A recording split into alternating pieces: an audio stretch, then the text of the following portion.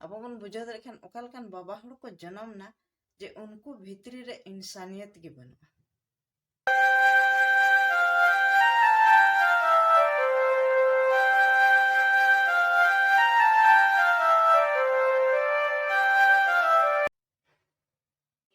जोहार के आपे जतो को सावता ज्ञान ऑफिशियल चैनल रे आपे जतो को सगुन दाराम। तेहन इन आर मिटे नवा वीडियो इंगू का आर तेहना वीडियो जहां बन बड़ाय कना नवा दुमका रे हंसडी थाना क्षेत्र सुर रहा हुयन जहां घटना स्पेन रन गोगो साथे रेप गैंगरेप तो ओना इदी कते गे तेहन बन गालमारा कना। तो अब बन बड़ाय कना नवा भारत दिसम दो अडी नापाय दिसम को मिता सोना दिसम को मिता नुकिन दो नवा सोना दिसम नेल लगी तकिन हे कान ताहे।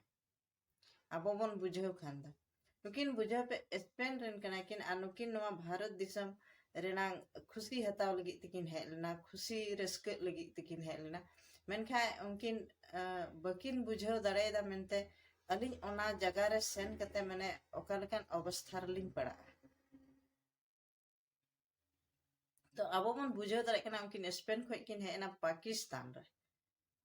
ओंडे खन किन हेना बांग्लादेश रे और ओंडे खन किन हेना नवा झारखंड रे दुमका जिला लेकिन सेटेर कान थेना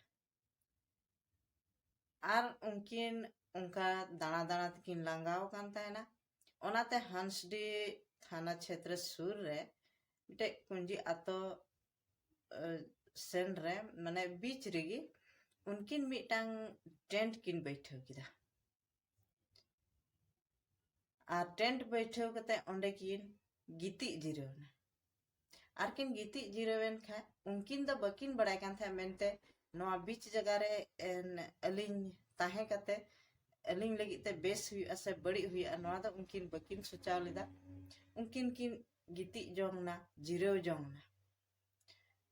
मेनखान ओंडे 8-10 टी कुड़ा हेक कते उनी साहते को रेप हुईना से गैंगरेप हुईना समय करीबन ताहे कना 10-11 बजे उनका खबर बढ़ाए कना और उनी गोगो हर जखन विरोध तेहना तबे खान दाल हको दाल के दिया आयरन बाबा हड़ हको दाल के दिया और माने 8-10 टी कुड़ाते नुई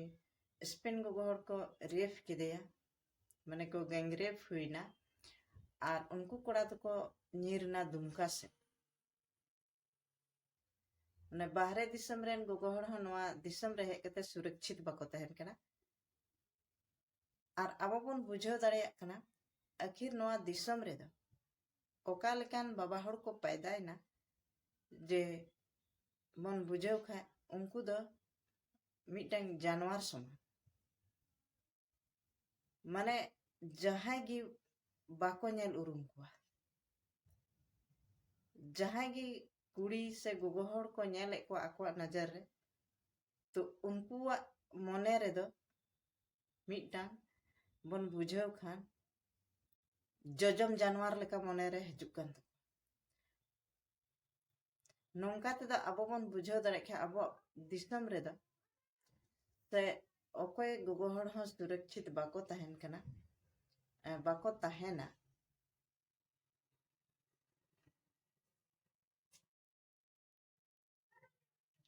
तो अब बन बुझाव दाड़े कना नवा दिसम रे जुदी नोंका गैंगरेप हुआ रेप हुआ तबे खान दा गोगो हड़ लगी दो तिना मुश्किल ना जबकि नुकिन जुरीपरी किन ताहे कना तो भी नुई साहते गैंगरेप हुईना और स्कार गोगो हड़ को गिको ताहे को खाय ची चिका को